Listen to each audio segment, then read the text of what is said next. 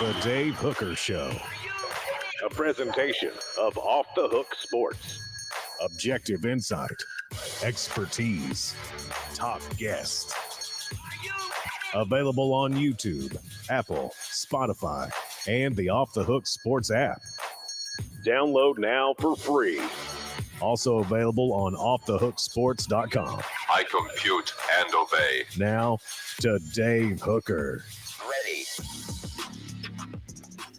Welcome to the program, and we have some breaking news, which is why we ask you to be sure and subscribe and turn your notifications on, whether or not you're on Spotify, Apple, YouTube. You want to be sure and get the latest as we broadcast live at 10 a.m. each and every weekday, but you can catch it whenever is convenient for you. But I encourage you to be a part of the program at 10 a.m. Eastern time, Monday through Friday. So coming up, we'll discuss the Austin Peay game. Of course, we'll name our torchbearers, give a report card of the game, which obviously was lackluster to say the least. Spencer Riley, Tennessee former offensive lineman, will join us. We look forward to that each and every Monday. We'll discuss, was it drop passes or bad passes? And how good are the Vols up front on both sides of the ball? Because the passing game was an issue in the first half especially. But otherwise, if you break it down piece by piece, Tennessee played pretty well. We'll have SEC power rankings, also college football week 2 takeaways. Yes, we will discuss Alabama. Before we get to the breaking news, Caleb Calhoun, how are you, sir? I'm good. Happy Monday. Just want to take a second to commemorate all the lives lost on September 11th, 22 years ago. I was a big deal when I was 13 living in Memphis, but living in the DC area for a while, I didn't realize how big of a deal it was up here for a long time. Amen. That is very well said. And certainly one of those days that I'll never forget. And God bless those that are still dealing with the absence of their loved ones because of those heinous acts. So that's very well said, Caleb. I do appreciate that. Been a busy morning, and quite frankly, I meant to mention that earlier. But let's go ahead and get to some football. As again, they are all in my thoughts and prayers. When we talk about football, let's start with today's tough question. But first, let me set it up a little bit. So I was told this morning by a source very close to the program that Tennessee held a players-only meeting on Sunday that was organized by the leaders of Tennessee's football team. And we're going to discuss whether or not there were drop passes by Tennessee's intended receivers or bad throws. I've talked to former players, and I've gotten both sides of that. So we'll discuss that. But the tenor of the meeting was this, in which Joe Milton, regardless of whose fault it actually was, took complete blame and said it's on me in a very positive leadership role. And Tennessee's players all agreed amongst themselves that they needed to amp it up starting today. That the practices last week weren't bad. I don't want to imply that by the tenor of the meeting. However, they weren't quite as intense as they should have been. Perhaps that was an opponent. Perhaps it was just a bad week. I don't know. But I think what I come away with most of all, Caleb, is that Tyler Bray, and we could, Tyler Bray, that Joe Milton, Tyler Bray popped up on my timeline, that Joe Milton took the blame for all of this, which I think is, whether or not it's his fault or drop passes, I believe that was the right thing to do as a leader.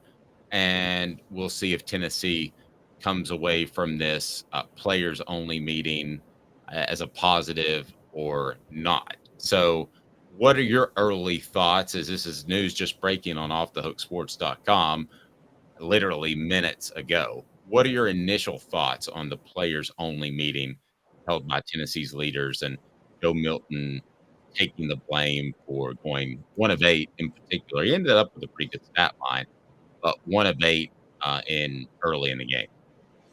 I think it's actually a good sign. Now, players only meetings are not always a good sign. You know, if you're on a 3-game losing streak and your coach is on the hot seat and you call a players only meeting, you can rest assured that coach will be fired at the end of the year almost every single time. But I do think this one, it's a players only meeting to, hey, let's make sure a slide doesn't begin and a snowball doesn't start. I'll tell you one time a players only meeting worked out, and I know this happened, was after Tennessee lost a 5th straight game to Florida in 1997. And I wish we can maybe ask Spencer Riley about this, but I believe Peyton Manning called a players only meeting after that Florida loss. And at the very least, I know gave a speech before the Ole Miss game the next week and said, you know, hey guys, yeah, we lost again, but cherish every chance you get to play college football. The NFL's there, but you know, you only get to do this once every 4 years or for 4 years. And the way he took leadership after that loss to Florida, I think kept the team focused, because they easily could have laid it down and said, oh my gosh, here we go again. We're not going to win the East. We just lost to Florida. And they didn't. And, you know, they played their butts off at Ole Miss, Georgia, Alabama. Jamal Lewis emerged. We know what happened in 97. So I think I think a players only meeting can be done right. I do think this is a good sign that they did hold the players only meeting, because again, it's not like they're 0-2 or 1-1 or 4-5 or 3-6. They're 2-0. They just had a really, really, really hideous win. And they need to maybe refocus their confidence a little bit. Nope. I think it all depends on leadership. I think that this team's leadership is going to be tested. Every team's leadership is going to be tested at some point during the season. I'm going to give you an example of a bad players-only meeting, and it seemed like Tennessee's basketball team under Jerry Green had a players-only meeting about every other week, and it never got anywhere. But I would say that the leadership for this particular team is still in question. Last year it was really, really good. Do I think that it's going to be good? Yes, I do think that it's going to be good this year, and this will be a positive thing if you ask me that question. So I believe that this will be a positive for Tennessee. I think it is natural for I'm going to sound like an excuse maker for Tennessee. I'm going to tell you right now that I think the weather delay hurt Tennessee. I'm going to tell you that I think maybe they overlooked Austin Peay a little bit. And I think you've got Florida coming up. And I think this team at the end of the day knew that they could absolutely beat Austin Peay with a D effort, which is about what they got. So I thought across the board, if you really look at it outside of those dropped or inaccurate passes, whatever you want to call them, that Tennessee played really well defensively. Tennessee ran the ball well. So it was an ugly win, but at the end of the day, it was a win. Absolutely. And Tennessee showed once again that they can survive a cold streak. They did that for a second against Virginia when I thought Joe Milton went a little awry. But no matter what you believe, and we'll get into whether or not they're drop passes or inaccurate passes, I do believe that this will end up being a good thing for the Vols. And I think it's good that you go ahead and nip it in the bud right now, not to steal my own lead from offthehooksports.com. Yeah, I agree. I actually, looking back on it, let's break down everything that happened. There was the weather delay. Yes, outside of the miscues in the game, which were inexcusable, but there was the weather delay. There was the fact that Scotty Walden at Austin Peay, as I mentioned on Saturday, literally threw the kitchen sink at Tennessee. I mean, the guy burned all 3 of his timeouts in the third quarter just to make sure Tennessee couldn't get their tempo to go. I mean, he was committed to throwing Tennessee off its game, and kudos to him. It worked. But you're not going to see Florida burn all 3 timeouts in the third quarter, because they might think they're still in the game and they're going to want those timeouts in the fourth quarter. And so that was a big deal. Also, look, we have to talk about officiating a little bit, because I thought there were a lot of bad calls that went against Tennessee and a lot of missed calls, particularly the holding penalties on the screens. Those weren't missed calls. Those were actually good calls.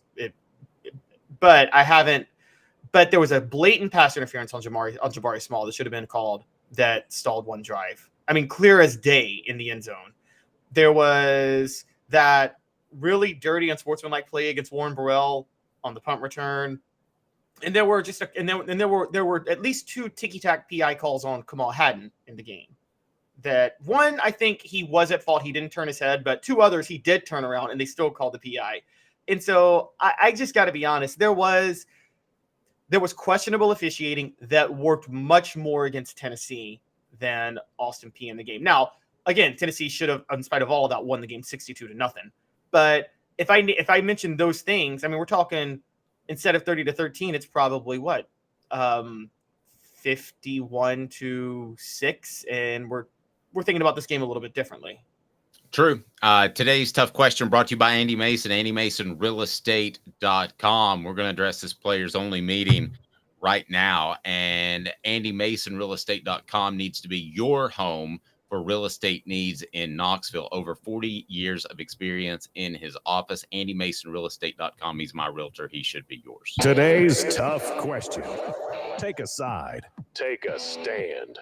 The Dave Hooker Show, a presentation of OffTheHookSports.com. I'm not even going to give you an option of maybe, Caleb. I'm going to say very good or very bad that Tennessee had a players-only meeting. No middle ground here. Very good. They're not pretending to be satisfied with what happened on Saturday. How often do you hear coaches or players say, a win is a win, and it's college football, and any team can beat anybody? And I think by calling the players-only meeting, Tennessee's like, no, that's not it. This was unacceptable, and there's no way you should be happy about this. No, I agree. I think it's a good thing. And listen, I'm the guy who rolled my eyes on those Jerry Green teams that had players-only meetings. Well, they always had players-only meetings after losses. So to say that 30-13, which still is a significant margin of victory, is not good enough, I think is a positive sign. Now, if we're talking about another players-only meeting here in 3 weeks, Caleb, there's a problem. But I don't foresee that being the case as I try to forecast forward.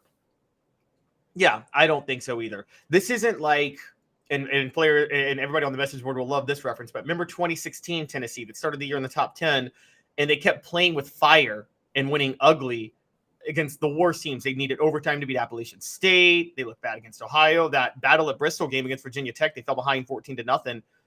And it did come back to finally bite them when they had a 3-game losing streak in the middle of the season. And then that's when Butch Jones's whole tenure unraveled. It doesn't feel like that with this one. It feels like it was one bad outing. They still won 30-13, and they're not happy with it. And I think not being happy with it is something you should be happy about if you're following Tennessee. Yeah, I think the team meeting, had this been a Butch Jones coach team, would be, hey, good job, guys. Overcame some really bad coaching against Austin Peay. How about that? Let's go ahead and get to the report card and our torchbearers of the week, as that is online right now, and you can check it out on offthehooksports.com if you would like to read that. So let's start with the quarterback, who you have at a D-. I thought Joe Milton was inaccurate and is 1 of 8. However, I spoke to Spencer Riley and Fred White over the weekend. That Sunday show with Fred, brought to you by our friends at Herald Group Security Solutions. And he thought they were drop passes. So I think you and I thought they were more on the quarterback because he throws hard, and they weren't perfect passes. We would all agree with that. But he put it, Fred and Spencer said they saw a lot of drop passes. And Fred in particular said that if it hits your hands, you got to make the play. That is the old saying, and I get that, which probably brought me a little bit closer to center. But if I ask you, is it 80% the receiver's fault or 80% Joe Milton's fault on the 1 for 8? What would you say?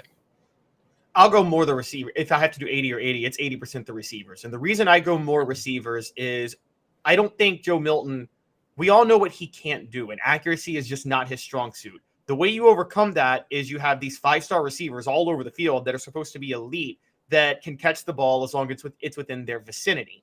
But they didn't do that on Saturday.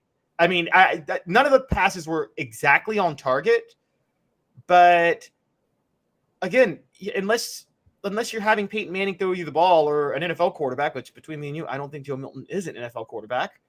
if you're a 5-star receiver, if you're an NFL receiver, you got to make those catches. I'm going to come back to the middle. I thought that the passes were off, but listen, I know that Fred White's played a lot more football than I have, which is not saying a lot, but I'm going to go with his call on that Sunday show with Fred. I think that Joe Milton has to take a little heat off of it and throw the ball with his fingers. I think that's troubling. We talked to David Cutcliffe about that at SEC Media Days, and he has to put a little bit more touch, even on the balls that he likes to heat in there, because that's to me, they were tough catches that they were dropped. You had the running backs at a C+, that's a little harsh, and you had the wide receivers at an F. I can't argue with that. Tight end was the reason I had running backs at C+ guys is they should have run for what they ran for, and Jabari Small did drop an easy screen pass that would have been a 60-yard touchdown. That's fair. No, he did. And that would have been a really nice call. Or was a really nice call. Tight end gets a C. Offensive line gets a C-. You had the defensive line at a D+, and the linebackers at a B+. I thought as a whole, the front seven played good. So I would say you're a little harsh on those guys, in my opinion. Can you talk about the grades? Well, so the defensive line, again, that's one of those where they should have gotten the advantage. They were playing Austin Peay. I mean, whenever a game like this happens, the biggest advantage is in the trenches. And let me clarify one thing. So all of yours are graded somewhat on a curve because it's Austin Peay. In other words, if this is Alabama and the same thing happens, the grades are different. Right. Exactly. By the way, we'll talk about Alabama. Go ahead. Austin Peay controlled the clock in the fourth quarter.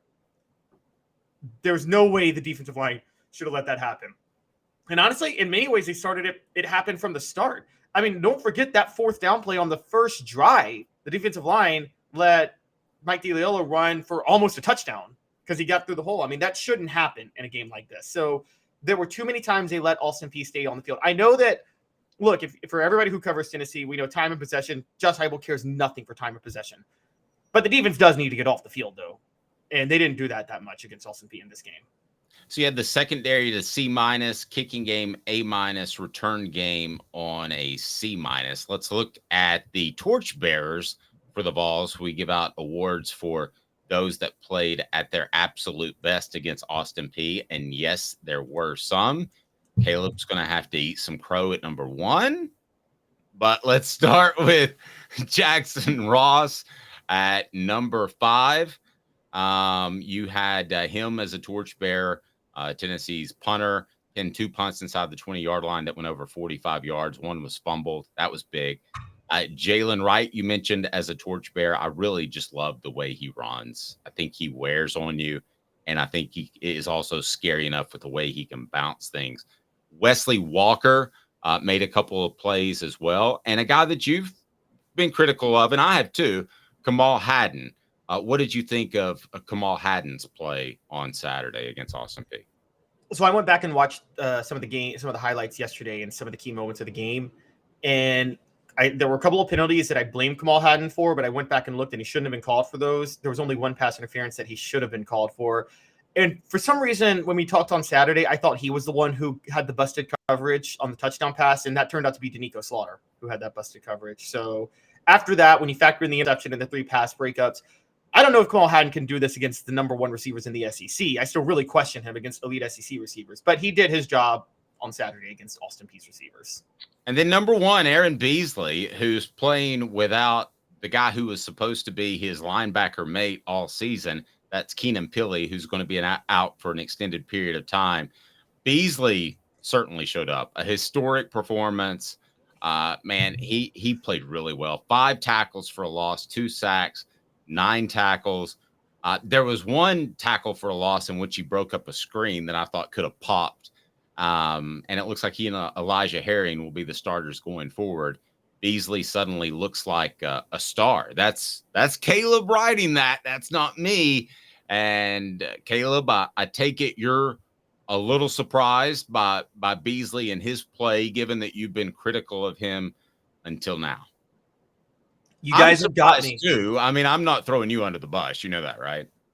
Yes, I know, but I'm so owned right now, guys. I mean, Aaron Beasley has proven me wrong because of what he did in a meaningless bowl game and against Austin Peay. Man, I just, you know what? Let's just throw the flowers out now. All American, guys. All American. Yes, he had a historic performance. You're so gracious. You're so gracious. That is just incredible that you're willing to take that stance. I thought he played really well. And we have Jimmy Himes on each and every Wednesday, and Jimmy said that he thought that Beasley would have a career year, a breakout year this upcoming season because he was allowed to play more weak side linebacker. Well, we wondered when Peely got hurt if that would still be the case, but it is still the case, at least as far as the Austin Peay game goes. We'll see when Tennessee plays Florida on Saturday. And hey, listen, one thing you got to like about Beasley is he just seems much more active than he has in the past. I don't know if that's further understanding the system or what all that is, but he just seems to be playing free. If you watch him like 3 or 4 plays in a row, and I did so on Saturday and then rewatch the game, he just seems more intent on the direction that he's going, and there's no second guessing whatsoever. And I was really impressed by that, whether he's playing Mike or weak or whatever position he's playing. So yeah, I think Tennessee, obviously without Peely, they played really well at the linebacker position, and for the most part, the front seven, although you didn't like the defensive line considering the context, which I understand. And let's be fair, let's not underrate this part, which is we thought they were going to move Beasley over to middle linebacker and start Arian Carter. They kept Beasley at weak side and put in Elijah Herring at middle linebacker, who has more of the body. What that tells me is something you've talked about with the Hypo program, Dave, which is player development. Herring's been in the system for a year, and he, again, it was Austin Peay, but he looked more than able to step into that middle linebacker role and play his job pretty well. And I would have bet you money that wasn't the case a year from now. To speak to the player development aspect of it. Yeah, I don't think that Herring would have been able to take over at middle linebacker in the middle of a season and be as effective as he was. And I think that they would have had to shift stuff around. And I will credit Tennessee's coaching staff for not panicking and shifting Beasley back to the middle. We thought it would be Arian Carter at outside, and that's what they would do, but they didn't. They kind of stuck to their guns and made sure that Beasley was a playmaker on the weak side. So kudos to them. Hit the like and subscribe button. Turn your notifications on if you haven't to this point. In 2 minutes, we will visit with Spencer Riley and get his thoughts on Tennessee's defensive and offensive front, as well as were those drop passes or bad passes. 2 minutes.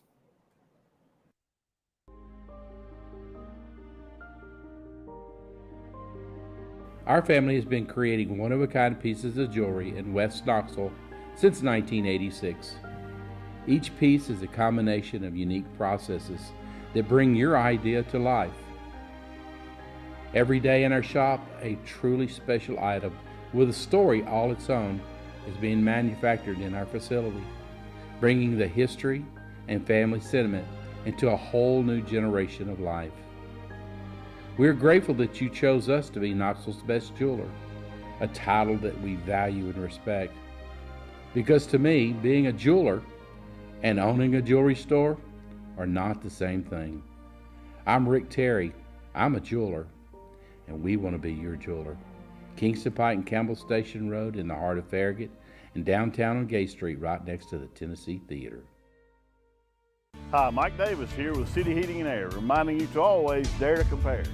Our team provides quality local heating and air service, installation, and maintenance across East Tennessee. We use only the best equipment like American Standard heating and air conditioning for your residential, new construction, or commercial needs. Honesty, dependability, and customer satisfaction have been the cornerstones of our business since 1961. City Heat and Air. Dare to compare. These mountains hold and defend a spirit far better than moonshine.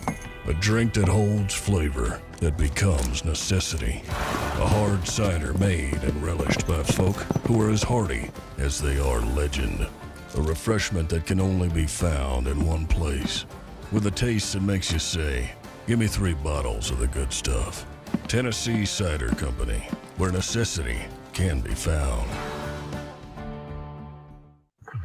Who's this guy? Hello, who is it? The Dave Hooker Show, Who? a presentation of Off the Hook Sports. What? YouTube, Apple, Spotify, and the free Off the Hook Sports app.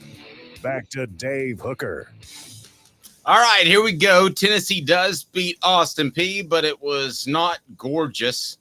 But the Vols get the win. It is Florida week, so that's pretty awesome. And it's Monday, which means we get to visit with Spencer Riley, VFL Center, joins us now. And Spencer, how are you, sir? First, congrats on the big win. I see the shirt. Can I get a shirt like that?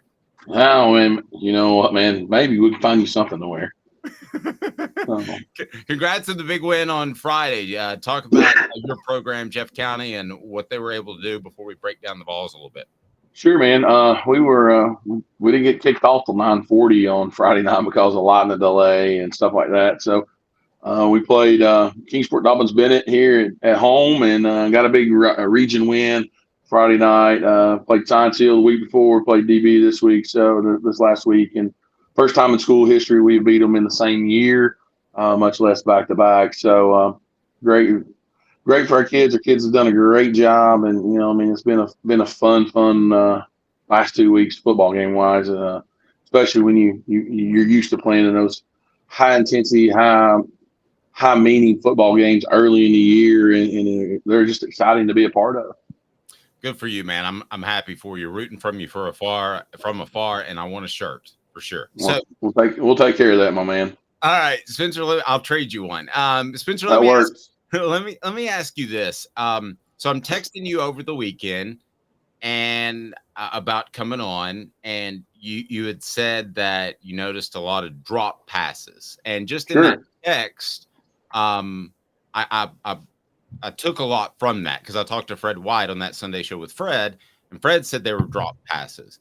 I thought they were inaccurate passes, but you guys played way more football than me. Why did you guys both choose drop passes as opposed to maybe a little bit of both? Well, I'll say this. When the ball touches a wide receiver's hand, that's what you get paid to do as a wide receiver, catch the football. So, not every ball is going to be perfect, right? Peyton Manning threw the worst deep ball in college football history, but he's one of the best football players to ever play. Let's just call it how it is. His ball was never a spiral. It was just a kind of a wobblier ball every once in a while. You go back and look at it, and you'll see as a college football player, he didn't throw a very good deep ball. I think Mr. Milton, shoot, buddy, he's a freaking player. He's a gunslinger. He can freaking sling it. And it sounds different when it leaves his hands, right? And it does take some receivers some time to get used to that. But at the end of the day, your job is to catch the football. And if it touches your hands, it should be called. Where I was standing in the first quarter, there was about 3 drop balls right in front of me from the field. Hit them dead square in the hands, about chest height, the ball right in their face. That's just not acceptable for wide receiver play. And I'm sure the wide receivers coach is letting them know about that. And, and rightfully so. But I will say this, you're going to hear me say, hey, I believe there are drops, but I will tell you this. I believe they blocked the piss out of freaking the DBs for Austin Peay. They do a great job blocking, hands down. People going to complain about the holding calls. Well, when you're blocking people for 10 yards down the field and they're getting just freaking abused by wide receivers, come on now. At some point in time, they're going to be complaining about them being held. And some officials will take that. I kind of was watching some interviews, and Coach Heupel said he didn't.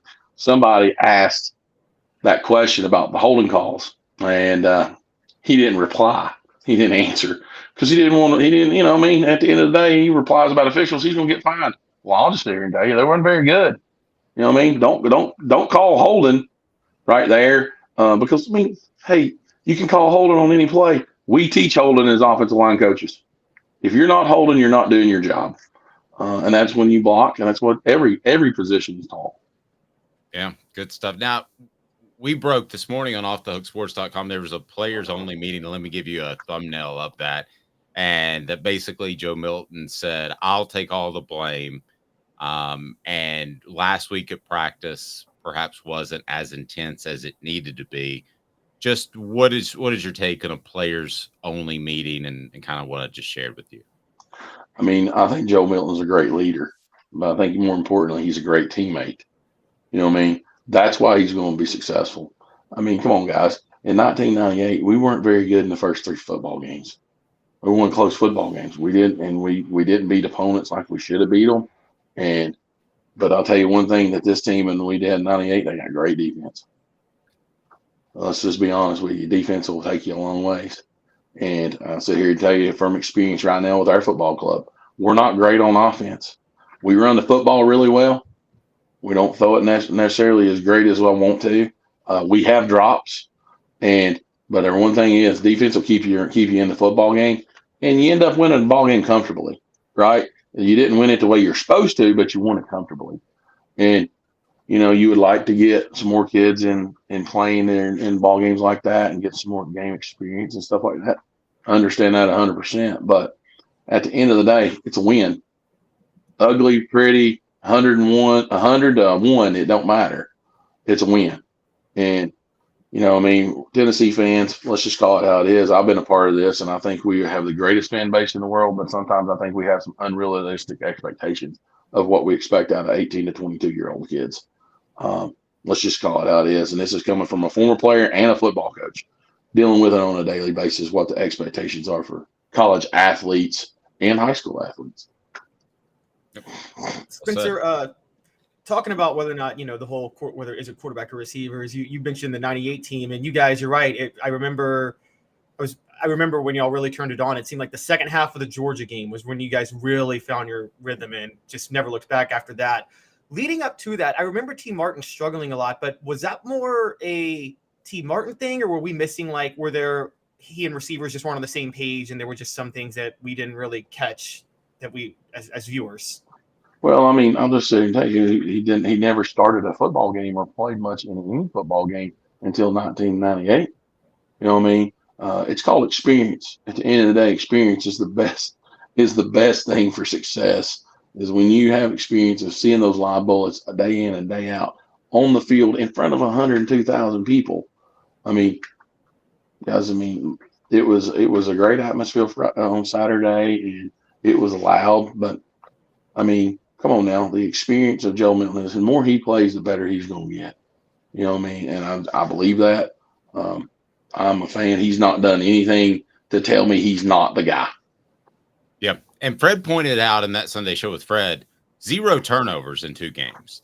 So while you may have an inaccurate pass, and we could debate that, as long as you're not turning the ball over, you're not putting your team in a tough predicament. No, I know that.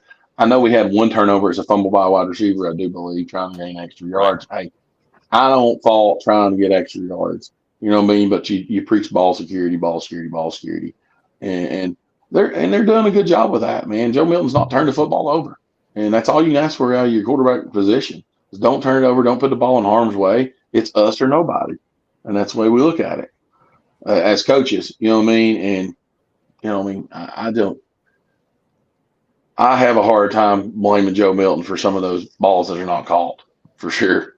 Very fair. And I was talking about Milton hadn't had a turnover to this point, which I think is pretty darn impressive, kind of carrying the tradition that Hendon Hooker did last year, which is phenomenal, the amount of touchdown passes this offense can produce without interceptions.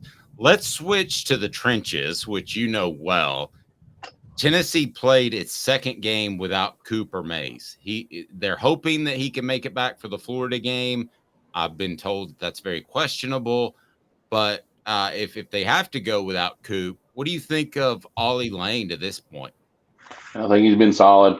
Yeah, I know he gave up a sack Saturday, but hey, man, you play enough snaps in the SEC, you're gonna give up a sack, right? Play enough football, you're gonna give up a sack. It's just gonna happen. You know what I mean? Because you're on an island. Sometimes you're gonna be on an island, and you like to win every one of those, and that's your goal, and that's our goal as offensive linemen is to win all the one-on-ones. But at times, that just doesn't happen. He's played. I don't know how many snaps he's truly played at Tennessee.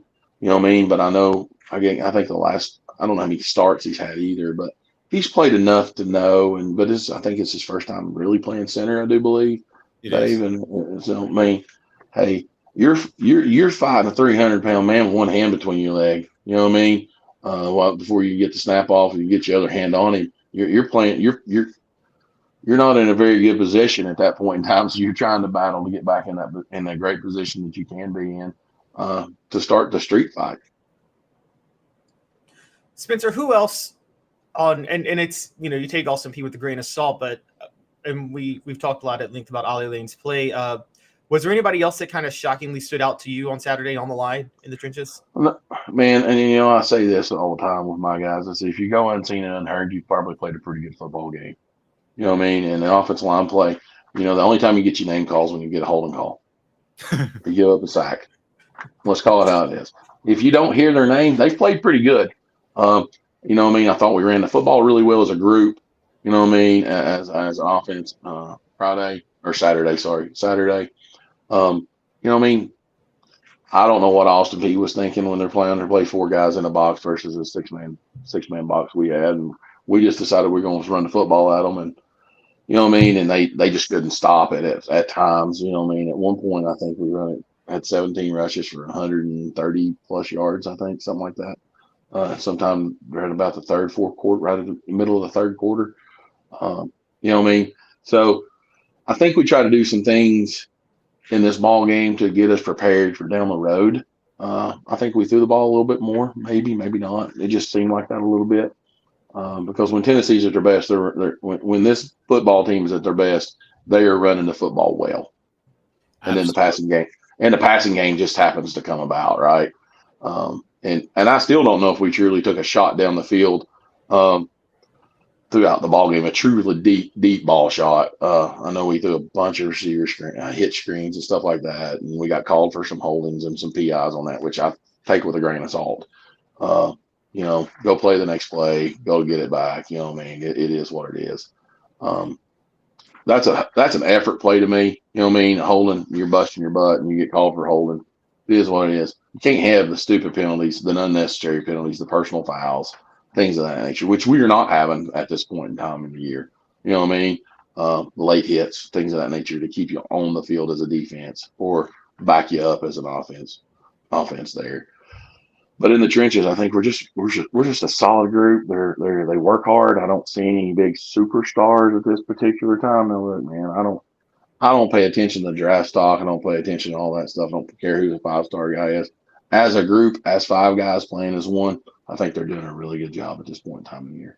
Wow, Spencer, bringing knowledge. Spencer Riley, former Tennessee center, his brought to you in part by our friends at Apex Apparel Group. Design, brand, market your way. Unique products to promote your business with unparalleled customer service. Go to apexapparelgroup.com, apexapparelgroup.com. You'll be glad that you did. And Spencer, I'm curious what you think of this defensive front, because last year I thought they manufactured pressure with a lot of twists and stunts and blitzes, and they're still doing that. But through player development and some astute recruiting, they're better now, which is pretty talented. Yeah, pretty talented. Pretty talented. Sometimes it comes down to Jimmy's and Joe's guys. You know what I mean? We got some pretty good Jimmys right now. You know what I mean? That are pretty talented, pretty athletic. You know what I mean? I think I seen a stat that we had 12 tackles for loss Saturday at one point in time during the ball game. Come on now. When you're front seven, that's pretty talented. You know what I mean? Anytime you get somebody behind the sticks, you know what I mean, and do those and make them be behind the chains and make them trying to press a little bit more than what they want. And, our defensive line, they're just pretty talented, man. I mean, I watched one of them play the defensive end Pierce. I think it's a Pierce. I think it's his name, the 27. He freaking takes the left tackle and he dumps him right in the quarterback's lap for a sack. The offensive tackle, left tackle, is the one who gets credit for the sack because he's in his legs. I thought that was one of the most impressive things I've seen in a long time from a defensive lineman at Tennessee. Man, they're just playing hard and playing fast, and they show up in a bad mood when they get there. I want to jump in here real quick because Caleb, I know you're about to ask something, but you mentioned Pierce. Fred White, doesn't speak in hyperbole, and he said that his ceiling is Leonard Little. 100%. Wow. I would agree with that statement. Wow. He's a thin, long, athletic kid. That's who he reminds me of. Wow. That's so strong that both of you guys didn't even hesitate. Sorry, Caleb. Go ahead. I just had to get that in there. Wow. Oh, that's fine. It's if two people say that played with Leonard Little, that's pretty impressive. Spencer, what do you think of? Do you think sometimes there's an issue with this team? And I want to give Heupel credit because he stays very patient. He'll sit, if they're going to sell out to get rid of those deep balls, and he'll do this bubble screens and run the ball the whole game if he has to. And do you think the players sometimes do you see them get a little bit too antsy though, where they're trying to maybe, I don't know, when things spiraled just a little bit against Austin Peay, they didn't keep their composure a little bit? I mean, when you're going so fast, you think the first 3 and out probably took 20 seconds of game time. That's true. You know what I mean? Come on now. You're like, we went on the field 20 seconds. We're already on the sideline. Come on now, guys. We got to be better than that. And I can see how that gets frustrating, as an offense, especially with the big guys, you know what I mean? I can see that, especially when you had so many drops there. You had a drop on the first drive, probably to extend the drive. But, I'm like, and I can understand what you're asking and all that good stuff. I apologize. I'm sitting here in the office and the automatic lights just went out. It's all right. So I get up and move and I have to get up and move around here. So, but, I get it. And I get what your question was there, Caleb. It's at the end of the day, you got to just play, and the game will eventually come to you because your defense is keeping you in the ball game. Let's just be honest. Our defense is going to keep us in the ball game through the whole year, and I'm just telling you that right now. Great group of guys. I think you're right, and it's interesting to watch this team evolve from last year. That was, again, they ran the football just like you said, and it's a misnomer to say that's just a throwing football team, but it even feels like more of a running football team this year, and a team that has a very vertical defense. So, this is a different team last year, and people need to understand that, right, Spencer? Because they think that it's just 1 year to 1 year is the same group, and it's not. Yeah, it's not. This group have spent some time around the offensive staff and been around Coach Gardner long enough and just watch them practice. They're very aggressive on the defensive side of the ball. When your corner is blowing up the screen before he's almost picked off the wide receiver screen before it's even there. Come on now. We're at some point in time, we're going to get beat on hitching out. Okay, but we're playing aggressive. It is what it is, right? We're going to take our chances, and we're going to play behind the stick.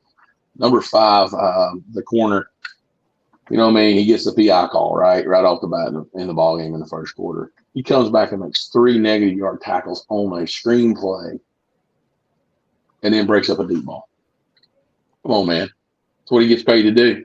That's what they do. At corners, you're out there on an island. You're going to get exposed sometimes, and sometimes you're going to make some plays. I think he's a pretty good player, man. Just watching, I think our secondary is so much more improved athletically than we have been in years past. And but again, defensive line is where you create your pressure and makes a great pass rush is a great coverage guy.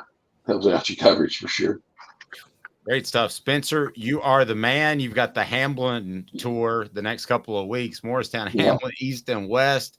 We're rooting for you, my man. And I can't tell you how much this means for you to join us on Mondays. Thank you. Man, no problem. I enjoy it. I appreciate you. Thanks for having me. I just learned so much from Spencer. Thank you, Spencer. You're welcome, man. You may not like what I got to say sometimes, but I'll tell you the truth. I know. I that was great stuff. Thank you, man. Have a great day. Hey, man, y'all have a great day. Talk to you later. Go Vols. So that's 2 people that were on the 1998 championship team that say they were dropped. So for me to sit here and say they were inaccurate passes, and I know Travis is thinking, yeah, that's right, Dave. It's fair for me to rethink that. So I think the ball is coming in hard. I think it's tough to catch when it's not on target, but I'll alter my thinking. I can be adjustable when 2 guys that know more about football than I do both agree that it was more about drops than it was inaccurate passes. Yeah, that I mean, I'm one of those, and I think Dave, you and I are both similar in this. We have our takes and we stand strong on our takes and our picks and things like that. But in terms of the actual subtle nuances in the game, we'll defer to football players in that moment. Like, I'll defer. I think we both know when to defer to former players and when not to. And yes, yeah, absolutely. So yeah, there's not going to be a lot of deferring to Arian Foster. In other words, I think is what you're saying. Yes, and then and then there's also odd takes. He does. But then there's also moments where, like, I'm not going to defer to any player when I make a prediction. Like, I'm sorry if I see Alabama or anybody play a certain way, I'm not going to defer to former players on why I think this is going to happen. I might defer to you to get information on why did this happen or this happen, but I'm not going to defer to them on who I'm picking. I thought that was absolutely great stuff. And man, Spencer will join us each and every Monday. On Tuesday, it'll be John Adams. Wednesday, it'll be Jimmy Himes. Thursday, Josh Ward. And of course, Friday, it's a football Friday with Fred. And you guys like Fred.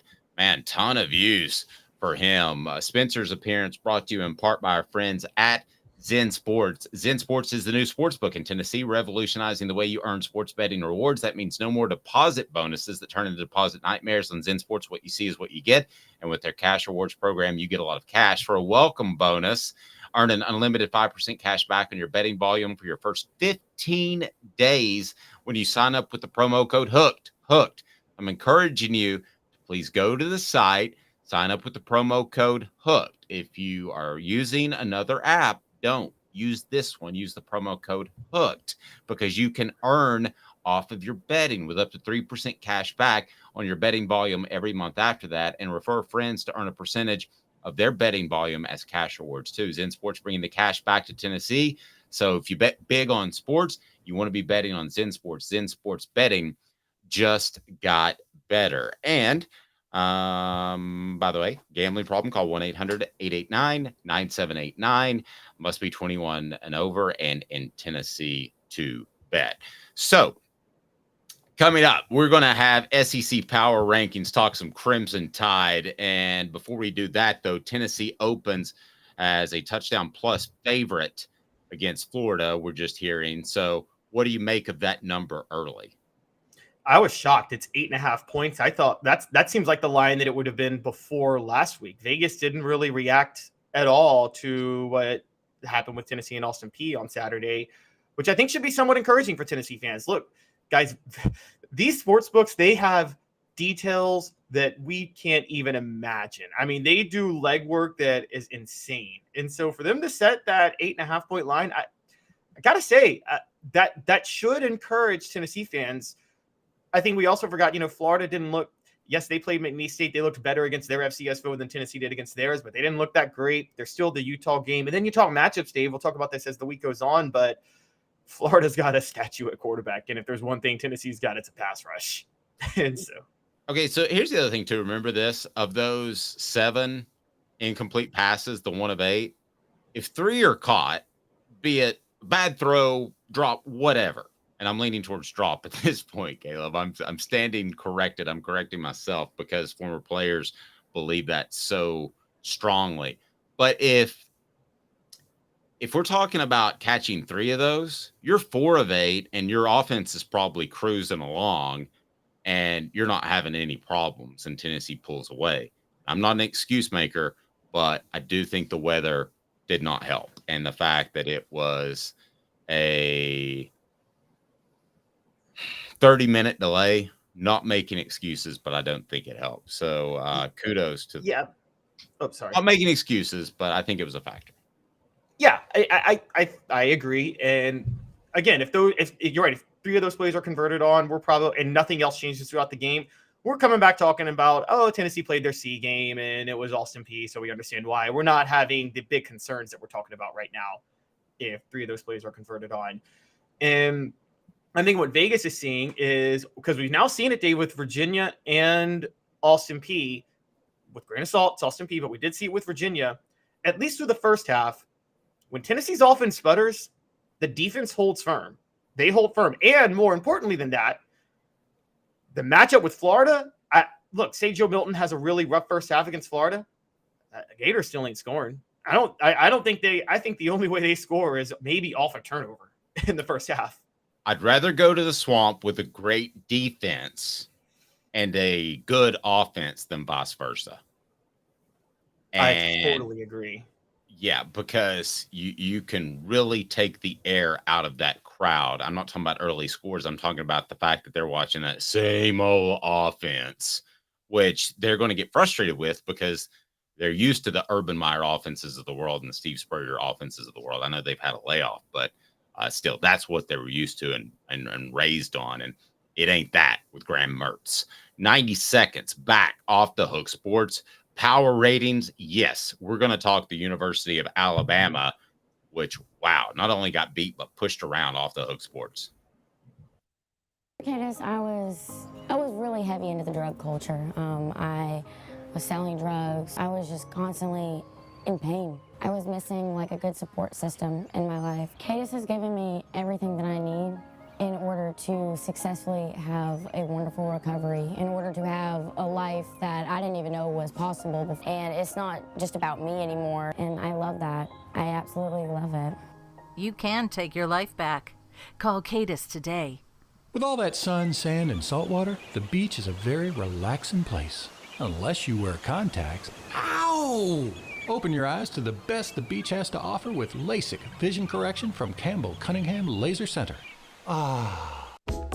Sports Treasures in North Knoxville is one of the South's largest sports cards and memorabilia dealers, featuring over 10 million sports cards from vintage to modern. Sports Treasures carries a full line of hobby boxes, singles, autographed memorabilia, Tennessee Vol collectibles, fan cave decorations, and so much more. See a museum full of collectibles at Sports Treasures, 4819 North Broadway in Fountain City, and Sports Treasures on Facebook. Sports Treasures, where the real sports fan goes to shop. Objective coverage. Hey, that's new. If we get caught, we're going to jail. The Dave Hooker Show, a presentation of Off the Hook Sports. YouTube, Apple, Spotify, and the free Off the Hook Sports app. I'm going to need to see some identification. Back to Dave Hooker. Okay, while Alabama should be very, very concerned in our SEC power rankings, and they should be, I want to give you free stuff. So go to tncidercompany.com. That's tncidercompany.com. And you can use the promo code HAT. That's HAT. And with any order of their fantastic cider, which is available in almost every state in the union, we won't pick out the 2 states it's not. We won't call them out. But you can get that fantastic cider with some free swag by using the promo code HAT. That's tncidercompany.com. Support our sponsors, tncidercompany.com. All right, let's do this right now. Let's take a look at the SEC power rankings, and that leads us to 4 downs, and it's brought to you by our friends at the Hemp House. 4 downs. 4 questions. 4 answers. The Dave Hooker Show. 4 downs. A presentation of OffTheHookSports.com. The premier hemp dispensary online with a wide variety, great selection, and strict standards to ensure that you get the best in quality CBD or Delta products. Go to Hemp House Chat. That's 2 T's, hemphousechat.com. Check them out. You will be glad that you did. Know what you're consuming is absolutely highly tested and safe. So that is hemphousechat.com. 4 downs is now. We just had a center on. We're going to have another one right now. Cooper Mays here. Hit like and subscribe. Thank you. What down is it? Coop here. First down. Oh, yeah. Let's do it. Is the Alabama run over? And if so, how over? May I answer this one first to kind of set it up, Caleb? I usually throw it to you. Sure, go ahead. Okay.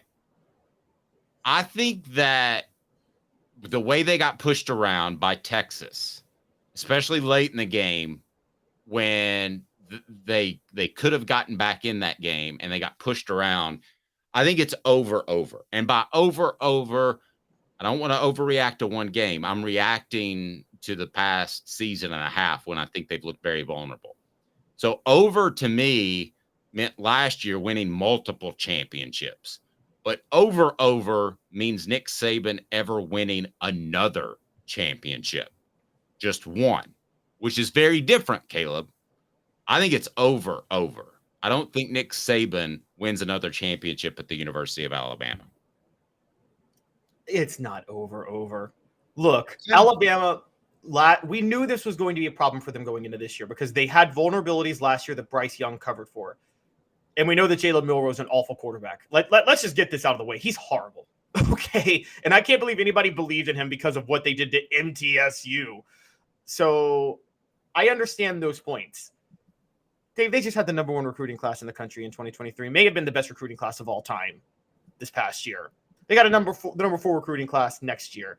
They're going to reload around the quarterback like they used to be.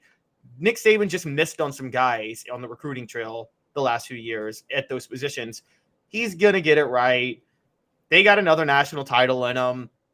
And I think that, again, I can't imagine they're going to be stuck with bad quarterback play after this year. There's somebody that's good that's going to hit the transfer portal and want to go to Alabama, realizing how bad that QB room is. Yep. I can roll with that, but Nick Saban's not getting any younger, by the way. And in the SEC power rankings, you have Georgia number 1, you say almost by default, and I can roll with that before we get to second. Now, you still have Alabama number 2, Ole Miss number 3, Auburn number 4. So I find that interesting. I want to go through the rest of the list as we go on, but I know where you stand. I'm going to tell you where I stand. What down, Coop? Cooper Mays here. Second down. Who's the second best team in the SEC? I mean, you obviously have Alabama, and that is after the Texas loss a little surprising to me that you have Alabama at number 2. Do you truly believe they're the second best team in the SEC? If Alabama played any team other than Georgia on a neutral field right now in the SEC, which SEC team would be favored over them? If Alabama played Georgia? No, outside of Georgia. Name an SEC team that would be favored over Alabama on a neutral field. Because I don't think anybody would. Nobody. Yeah, so that's why they're the second best team in the SEC still right now. And by the way, we keep bringing this up. Yes, they looked bad against Texas. We'll talk about this in a segment in a minute, but the SEC in general looked bad. So you could still be the second best team in the SEC right now, given the way the league has looked right now. That's true. You got LSU number 5, Tennessee 6. Why Tennessee at 6 before we get to third down? I think you had to drop Tennessee below LSU just because of how they looked against FCS schools this past weekend. LSU beat Grambling 72-10. Tennessee won 30-13. I had to move Ole Miss up because they beat what I think is the best group of 5 team on the road pretty significantly. Now, Tulane didn't have their quarterback, but Ole Miss still won convincingly. So I think Lane Kiffin actually does have a pretty good team of transfers. And Auburn, again, going out west and beating a Power 5 team when you play a 10:30 game at night, I don't care that it was 14-10. That's still a pretty good win. So I had to knock Tennessee below them. All right. Coop, what down we got? Tennessee center Cooper Mays here. Third down. Is Georgia at number 1 really good or elite? They're just really good. Did you watch them against Ball State on Saturday? They got a bad quarterback and a really bad offensive coordinator. They didn't score that 45, 42 points they scored. Almost more than half of it was off turnovers and special teams. And if you actually watch the offense, they couldn't really move the ball that well. And if this is not the week to talk about it because of how Tennessee looked against Austin Peay, but if Tennessee can right the ship, they should actually be excited about playing Georgia at home this year because I think Georgia is in a really bad situation offensively with a quarterback that hasn't figured things out and a really, really, really bad offensive coordinator. Well, with all due respect, you're dead wrong. Because of recruiting, they're still elite. They can overcome an average quarterback. I think they're still elite. I think they play down to their opponent, which will bite them in the rear at some point if Kirby Smart stays there long enough. But it hasn't bitten them yet because they're so much more talented. So I'm going to say elite. And by elite, a program that I would say at least you can have the discussion against the field would win a national championship. All right, what down, Coop? All SEC center Cooper Mays here. 4th down. Just simply your biggest takeaway from the SEC this week. The quarterback play in the SEC is so bad. That's a good It's one. so bad, guys. You stole mine, so I'm going to have to go in another direction. But we went over this at our 3:45 a.m. production meeting, Caleb. You weren't supposed to steal mine, but go ahead. I did not. Wait. I wasn't listening at 3:45. I'll just say that. Yeah. I was still drunk out of anger from the Titans losing yesterday. We don't have to talk about that. Kidding, guys. Don't. But yes, I just think the quarterback play. I think KJ Jefferson might be head and shoulders the best quarterback in the SEC right now. I really don't know who's second. That's a good one. My biggest takeaway, I'll go back to this, and that is that Alabama got pushed around in the clutch. And I started studying the Alabama-Texas game a little late in the week because, obviously we cover Tennessee primarily. And I thought that Texas's defensive line could give them a hard time. I did not think that they would win on both sides of the ball. So that would be my biggest takeaway. And the rest of the teams in the SEC power rankings on offthehooksports.com, if you want to run those down. Yep, I moved Vanderbilt back to last because they just got pushed around by Wake Forest and everybody's favorite coach in Knoxville, Dave Clawson. 13, I moved Missouri there. Missouri could be 14. I mean, they played horrible against MTSU. That's a bad football team, which I know Dave is happy. I don't like Missouri to do well in anything. Yeah, Florida, because of those two teams, was able to move back up to number 12 by default. And then South Carolina is still number 11 because the bottom half of the East is just bad. Kentucky struggled with Eastern Kentucky, which dropped them to number 10. But I got to say, Liam Cohen, I think, had some health issues over the weekend, and I think there were some distractions there. So I actually think they'll mostly be fine. Arkansas at number 9. Liam Cohen is, for those that don't know. I'm sorry? Liam Cohen is, for those that don't know. Oh, sorry. He is offensive coordinator for Kentucky. There you go. Number 9 is Arkansas. They are 2-0. They've been pretty convincing, but not willing to move them up just yet. Mississippi State, number 8. They are 2-0. They did beat a Power 5 team, but they shouldn't have won that game. It was an overtime off a bad call at home Saturday night against Arizona. And Texas A&M, number 7. Look, I know the wheels are going to come off Jimbo Fisher. The hot seat talk for this year has begun with Jimbo Fisher, but I still think I would still pick them over. At this moment, they'd be favored over Mississippi State or Arkansas or Kentucky. At this moment. Neutral site, really quick. How many you have Tennessee at 5, I believe? Is that right? 6. 6, I'm sorry. Neutral site, are they a favorite over any of those 5 above them? Because of what we have seen. In all fairness to Caleb, his power rankings came out before the Vegas 8.5 favorites versus Florida. Would they be a favorite at a neutral site game if they were holding something in Mercedes-Benz against those 5 teams ahead of them? I think you might see them be favored over Auburn or Ole Miss. I don't think you'd see them favored over LSU, and I'm certain you wouldn't see them favored over Alabama or Georgia. So, but I would say Auburn and Ole Miss, but I can't ignore what Auburn and Ole Miss did over the weekend. I couldn't ignore that and look past it. Nice comment by Rocky Top Tom. I can't believe Texas went into Tuscaloosa and beat Alabama like a thief. That was a shock. I've never heard that before, beaten like a thief. Have you heard that before? Never heard that one ever. Yeah. I've heard beat like he stole something, but I have. Beaten like a thief is awesome. I'm stealing that officially. Or beaten like Jalen McCullough beat a trespasser. It could be that as well. Or like Alvin Kamara in an elevator, who was at the game on Saturday. It's brutal. All right, let's go to college football week 2 takeaways right now. And the SEC is down. Is your big takeaway? Is it really down, or was it just an off week? How certain do you feel that the SEC is down?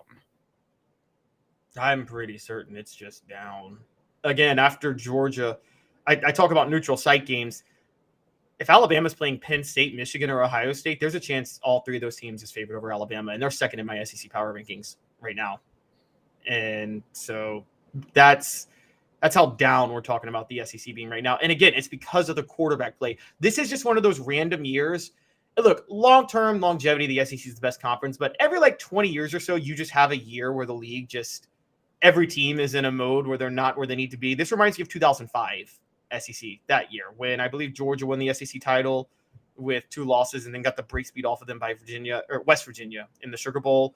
Kind of reminds me of that year a little bit. So I think it's just down. Yep, that's fair. Other takeaways that you pull from the weekend, and you can read Caleb's column on offthehooksports.com. Oh, early 2000s blue bloods outside of the SEC are back. Florida State, Texas, USC, Ohio State, Miami all look like top 10 teams. I named 4 of the top 5 right there, and I just named every national champion from 2001 to 2005, and which is pretty impressive. For those who are interested, Tennessee dropped to number 11 in the AP poll, stayed number 9 in the coaches poll. So, what do you make of it? By the way, I put more credence in the AP poll because I think the coaches poll are done by sports information directors. Yeah, I do too. I think they, like myself, couldn't look past how they struggle with Austin Peay. And there are teams that have pulled out more quality wins. Look, I'm going to get to my top 10 in a second to show you guys. I don't think when you do a top 10 based on style points, schedule strength, and record, Tennessee technically doesn't have a case to be top 20 right now. That doesn't mean they're not one of the 20 best teams, but I do my top 20 and top 10 based on resume and nothing else.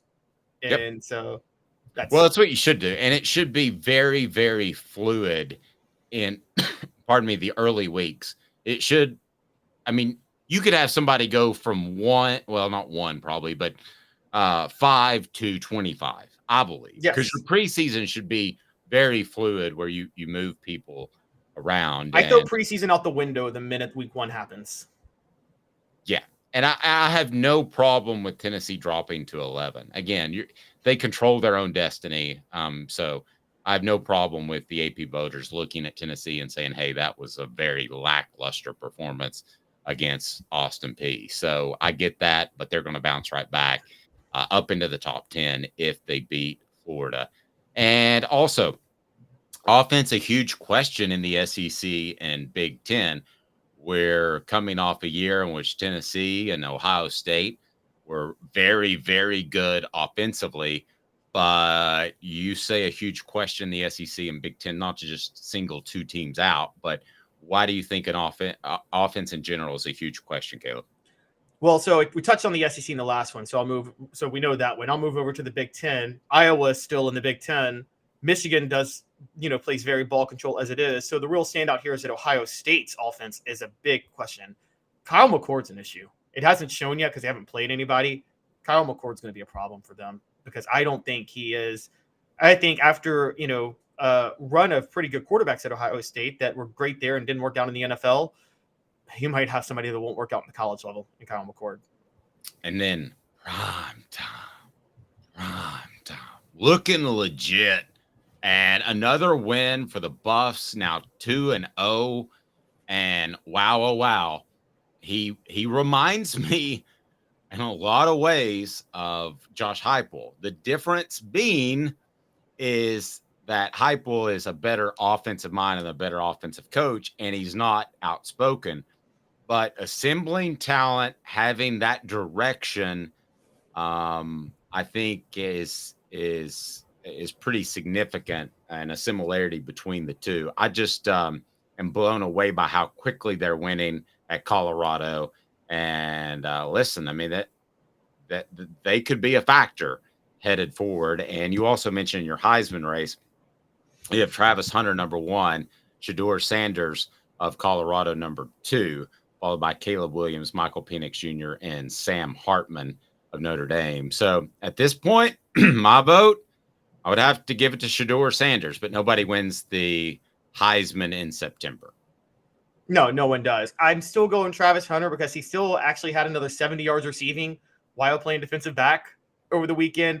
This isn't like Charles Woodson in 97 where, they occasionally brought in Charles Woodson on the other side. No, Travis Hunter's playing full-time on both sides of the ball, which I've never seen that before at the college level. And if he does this the whole year, I don't know if he can, but if he does it the whole year and he's this productive, I can't not give him the Heisman. No, I see your argument, but if I had to pick somebody right now, it would be Sanders. And then the top 10 in college football playoff outlook, you've got Texas at number 1, Florida State number 2, Colorado 3, Duke 4. What are you talking about? Auburn 5, Miami 6, Utah 7, Miami 8, Ole Miss. That was an accident. I meant to write Mississippi State. I will correct that. Okay, gotcha. I said Miami twice. Okay, so we'll get that fixed. But you don't have Georgia in the top 10. Is that based off our criteria earlier that ours is fluid and they could make it up there? Yeah, these are guys. These aren't power rankings. These are top 10 is based on your resume. Georgia hadn't beaten anybody yet. And whatever you want to say about the teams I named, they've all beaten Power 5 schools. Colorado has beaten 2 Power 5 schools in back-to-back weeks. Now, you can question Nebraska. You can question TCU, but that's a story for another day. And so Ole Miss hasn't beaten one technically, but Tulane is basically a Power 5 school. Tulane's a more quality win than Virginia is. So I think, right now Georgia has – do I think Georgia is the best team in the country right now? Yes. Do they have the best resume through 2 weeks? No. Who have they beaten? That's fair. How many SEC teams would trade their head coach for Deion Sanders today? That's a great question. So I think Florida is obvious. Florida is like – Florida's already calling Deion as we speak. I mean, I'm going to – listen, if I'm Florida, I'm calling 2 people when this whole Billy Napier thing goes south, and it's going to. I'm calling Lane Kiffin and Deion Sanders. It's only 2 people I'm calling, and one of them's going to say yes. Yeah, I agree. And Lane would say yes. Lane would say yes. I don't know if Deion would with the Florida State ties. But remember Deion resents Florida State for not hiring him. Yeah, well, right. And Deion's also a businessman. So if he thinks there's an opportunity to win at Florida, given that in-state talent base, which he knows so well, he's going to do that. And so you think about it, how many SEC teams would trade their head coach for Deion Sanders? And it's brought to you by our friends at Campbell, Cunningham, Taylor, and Hahn. Look, I have LASIK, no glasses, no contacts. I love it. Local doctors that can address cataract and LASIK procedure. Campbell, Cunningham, Taylor, and Hahn. That is easy to find at ccteyes.com, ccteyes.com. And for your routine examinations, they also have their local locations that can take care of you. So how many teams would trade for Deion Sanders today? Okay, so we got Florida. I think we got Texas A&M. Deion belongs at Texas A&M. That's Dallas area. That would just be, imagine Deion at A&M. That would be great. I think Oklahoma. I think there's some issues with Brent Venables. People were excited after week 1, but that's because he beat Butch Jones. Oh, wait, I was just going SEC teams. Oh, well, they're going to be in the SEC. Yeah, okay, that's fair. Yeah. So Texas wouldn't trade him. Missouri and Vanderbilt, obviously. Ask by Smoky Mountain Red, would Deion jump that quick, and what is his buyout? He had so much leverage that I would be interested to find that out, but I bet it's not much for him to get out of that. Would he jump that quick? Yeah, because his son's eligible for the draft next year, right? I think so. Okay, so he will just take his son with him to Florida if he goes there and just win there. In reality, yeah. I mean, you could. And with NIL money, could Shedeur Sanders say, I'm really enjoying the college experience, so I might stay my full 5 years? When in reality, he's probably worthy of a 3-and-out type of guy based off what I've seen. But, so who else? Let's make it easier. Who wouldn't? Wouldn't? So Tennessee and Georgia wouldn't. They're both very happy with their situation. Agreed. South Carolina wouldn't because they like Shane Beamer, even though I would if I were their athletic director. Okay, South Carolina wouldn't. I don't think Kentucky would because they like Mark Stoops, and they should like Mark Stoops. Mark Stoops has done an amazing job there. I agree. And remember, an athletic director would have to turn the keys over to Deion Sanders. If he says he wants something done, it has to be done tomorrow, not next week. If he wants a facility built or something like that, you're going to have to move quickly. A lot of ADs aren't okay with that. Mizzou would obviously, particularly at Kentucky when they want to be a basketball school. So yeah, that would not work well at Kentucky. So I think Stoops, Beamer, Heupel, Smart, What about Alabama with Nick Saban getting up there? Are they going to force Nick Saban out? Are they really going to say, hey, Nick, thanks, but no thanks? No, but you wonder. What about Ole Miss, Lane Kiffin? Because Lane has tried to get out of there before. Would Ole Miss boosters say, let's go with the Sanders cat? I'm going to say no, because I think Dion would realize he would have the same glass ceiling of NIL money that Lane has currently in Oxford. So I'll say no. Somebody on the message board said LSU. And no, I don't think that LSU would trade Brian Kelly for anybody. So that would be one not trade. So basically, I think we're at Heupel, Saban, Kelly, Stoops, Beamer, and Smart. Those are the only ones that I think Tennessee wouldn't. I'm sorry, that the SEC teams wouldn't trade for. Auburn, Hugh Freeze. I think Auburn's pretty high on Hugh Freeze. Whatever you think of Hugh Freeze. Yeah. There you go. Hugh Freeze is an amazing coach. Now, I want to clarify something too. I don't think Billy Napier is going to be fired after this year, but I think it's going to go south eventually. Just like I felt Eli Drinkwitz was going to go south this time last year. I think it will go south. So I'm not talking about this year, because Smoky Mountain Red, I mentioned the buyout. Billy Napier is supposedly like $51 million. So I'm not saying it happens this year, but I'm saying if there is a change, that's the first guy I call. Oh, Arkansas loves Sam Pittman. So, and I think Deion Sanders would say there's a glass ceiling like Ole Miss at as far as NIL money at Arkansas. So I wouldn't see him going there. Although if Walmart got really involved there in nearby Bentonville, right next to Fayetteville, let's face it. I mean, they could change Arkansas's football program. They really could. They could throw so much money. The median income in Bentonville, which is just outside of Fayetteville, where Walmart is housed and the corporate offices are, is like $125,000, and you're in the middle of nowhere where everything's cheap. So I don't know if they wanted to throw some NIL money around, maybe there's more than I think, but I haven't seen much of it to this point. That could be Sam Pittman, an old school guy saying, I like to raise people up through the program as opposed to chasing transfers and spending NIL money. I'm not sure. Don't sleep on this with Arkansas. If Texas A&M is falling apart, and I believe they are with Jimbo Fisher, if Oklahoma is not going to cut, if Brent Venables doesn't cut it at Oklahoma, and I think you and I both don't have faith in Brent Venables to cut it long-term at Oklahoma, well, Arkansas all of a sudden can be the school that goes in and gets some of those Texas recruits and competes with Texas. There's always like which school near Texas competes with Texas for Texas recruits. Arkansas might be the second biggest player in the state of Texas for those recruits behind the Longhorns in about a year. Yeah.